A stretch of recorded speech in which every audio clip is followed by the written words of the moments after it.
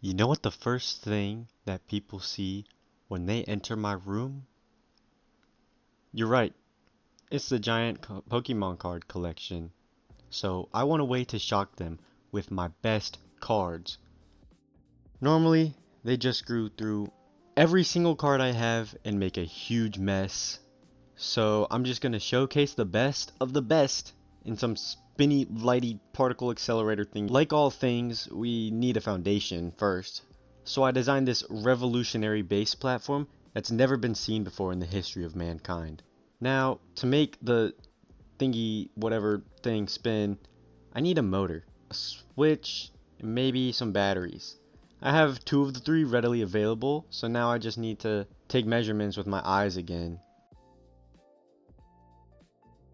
Then I created this more of a base looking base and added a thing in the middle for a gear to sit on. After it printed, the first thing I did was check and see if the switch fit in its casing, and it fit perfectly on the first try. I accidentally printed an earlier model while I was away, so I came home to a garbage prototype and I threw up and blew it up. The one that was supposed to be in the final design actually fit the dead motor I found under my pillow perfectly in its casing and was a lot shorter and inexpensive.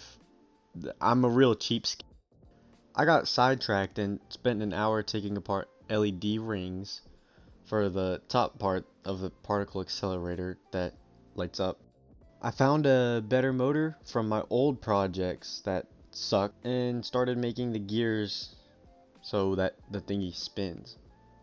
But before I could even make anything, I needed to measure and make sure that the motor actually works, and it didn't. It's dead.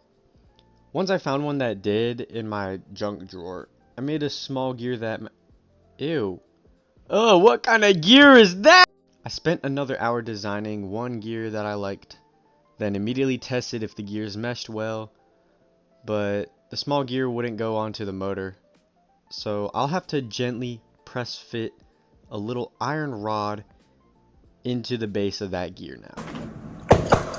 Once it fit, it was time to see if the gear fit on the middle of the base pointy stabilizer thingy, and it did, but it fit a bit too well and had a difficult time spinning. After putting the motor with the gear on it into its casing, I realized that this was not going to work. So I double checked when making the lid using a sectional analysis, and yeah, things are way too tight around there.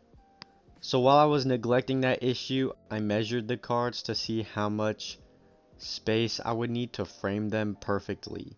I also added pegs to the top of the big gear. I gave the second one more wiggle room and was ready to replace the first one, but it didn't want to leave, so I had to use force. The second one was so much better that my toes started to shoot lightning like Pikachu. But to make things even better, I added some wax to the gears from my mom's favorite candle. I'm sorry, Mom. Everything was now much more smooth, but I planned to add a bearing anyways, so the candle was kinda useless. Sorry, Mom. Now all I had to do was make a lid for this whole thing. So the first 20 minutes in printing, I ran out of filament. So I had to just gently open a new roll. Also guys, don't eat the silica gel packets, they're actually disgusting.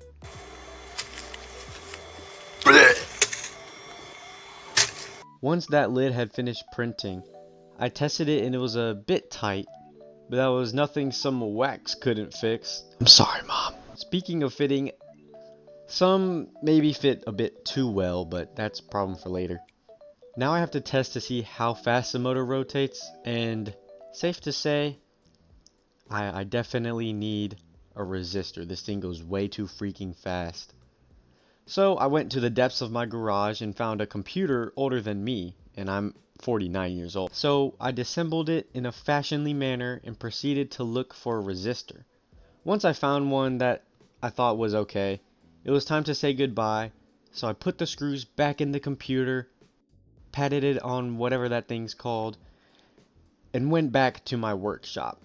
This is a resistor I found, and turns out it was completely useless and more worthless than a wet sponge in a campfire. I originally wanted to have the LEDs connected to the base so I could, use less battery packs, but my friend said that the wires would get tangled, and looking back at this was really obvious.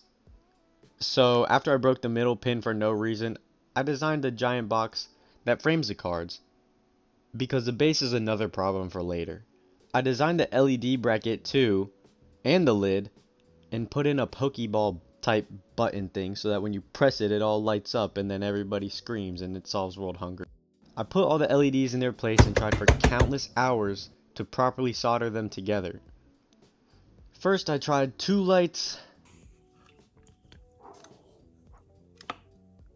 Oh! Yes! Then 4.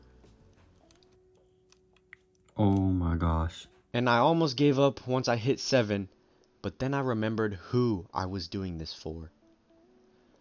Once I tried all 8, you can imagine what happened. Nothing said. Oh my. You stupid clanker! Oh, the battery's just... Maybe I'm the stupid clanker. With the frame for the cards, I was more confident than ever, so I took the chance of a lifetime and waited 17.5 hours and gambled all of my filament. And it kinda made a mess, but it taught me a valuable life lesson. You always have to bet on black. Every card fit perfectly. No errors at all. So now I have to mount this big giant gamble frame onto the base. I messed up everything. I misaligned everything, but it worked eventually with patience. Now I need a button for this LED thing because I'm just jumping all over the place in this project. So we're going back to our good old friend, the 1642 computer. I harvested the button from the power switch and got ready for the first test of the new and improved LED system. Here's the whole thing put together without the base, and I could honestly not stop pressing the button. So I mutilated the inside of the base, and the bearing gear wouldn't sit properly on it. So you know how it goes. Out with the old, and in with the new. I like this a lot better, but I eventually kind of accidentally destroyed the base, like the whole thing. So after printing a new base, some new gears, and a military grade nuclear bunker, I got everything to finally start working. This thing's spinning. It's actually spinning, but it's going really freaking fast because my resistor is... One thing that you can learn from this wacky little project thing I did, because I'm solving a specific issue that only I probably suffer from, is that you should never give up. Because if you give up, you're a bum. Or you just give up. I don't know, man. I'm not John Locke or whatever. So on that note, I present to you the Pokemon Particle Accelerator, or the and I hope you guys enjoyed this video. Thanks for watching. The next project's gonna be, I don't even know what, but I'll find something stupid to do. Okay, bye.